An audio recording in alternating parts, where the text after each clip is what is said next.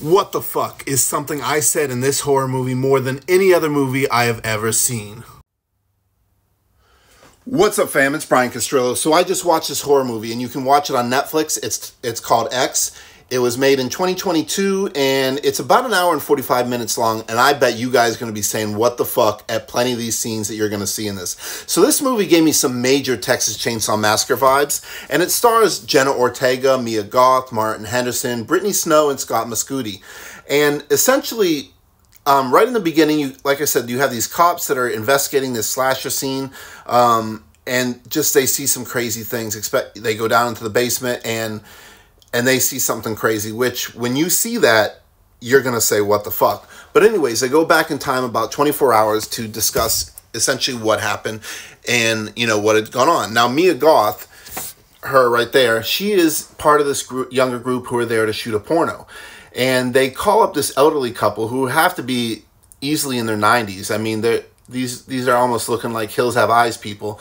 But the guy who is basically who's dating her, he told them that it was just him, but he gives them some extra money, so they're not mad. But this guy, the older guy, he is clearly a nutbag right from the beginning. He opens the door with a shotgun, is like, "Why are you here?" And he completely forgot that they were there to, you know, to film. He didn't tell them that they were there to film a porno, but that they were there to stay for a little bit, just renting it out.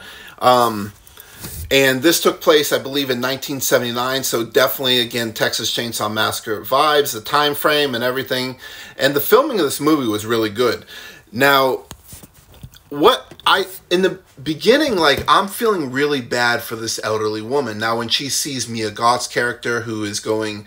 And again, this studio, well, I want to say this was filmed by Studio A24, the same studio that brought you Minari. And you could tell by a lot of the scenes in here that it was definitely, you know, their signature.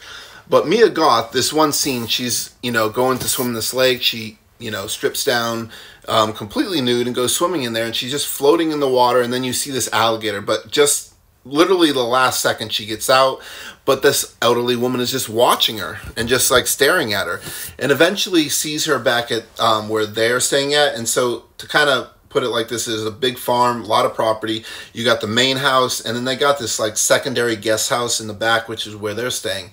And this elderly woman, who's easily in her 90s, she's very frail. She's watching Mia Goth and invites her over, and then she, you know, gives her some lemonade. They don't really talk much, but essentially, she's talking about her and her husband when they were young, how she misses their youth. And then you got this moment where the elderly husband, she goes up to him and wants, you know, attention. She's essentially wanting to have sex because she was literally watching her film, you know, one of the scenes for this porn. And that was probably the creepiest what the fuck you're gonna... Well, there's another one where the elderly couple are having sex and then Mia Goth is under the bed. That one's gonna make you say what the fuck as well. But so essentially this elder woman is missing, you know, her youth, and her husband's, you know, kind of rejected her because he's like, you know, my heart, I won't be able to handle this. And so from that moment, this lady goes crazy, and essentially because she was turned down from sex. And then Jenna Ortega's husband, or boyfriend rather, he's the one who's filming the porn. He gets upset because Jenna Ortega wants to be in this movie, and he ends up filming her, and then he's upset about the whole thing, and this whole scene where he's crying, you know, taking a shower, whatever, and then he decides to leave, but the elderly woman stops him, and then she tries to hit on him. Well, I was like, whoa. And essentially, she gets pissed when he says no, and then, you know, she's literally tries kissing on him and everything, and then sticks a knife in his throat. And then he falls to the ground. She takes it out of his throat and just literally cut his throat up like it's a pat of butter or something. She tore him up. And now the husband is clearly deranged too, and she basically herself, but the husband is helping, goes on a methodical killing spree, like she is crazy, just like the Texas Chainsaw Massacre guy. Now the death scenes in here are pretty good. They're not like, I don't think they're on Texas Chainsaw Massacre level, but they're pretty gruesome. But you don't see a lot of it. There's a crazy alligator death scene, which is nuts. But a lot of what the fuck moments. Now Jenna Ortega's character, she goes through some shit, and she could be probably the most painful.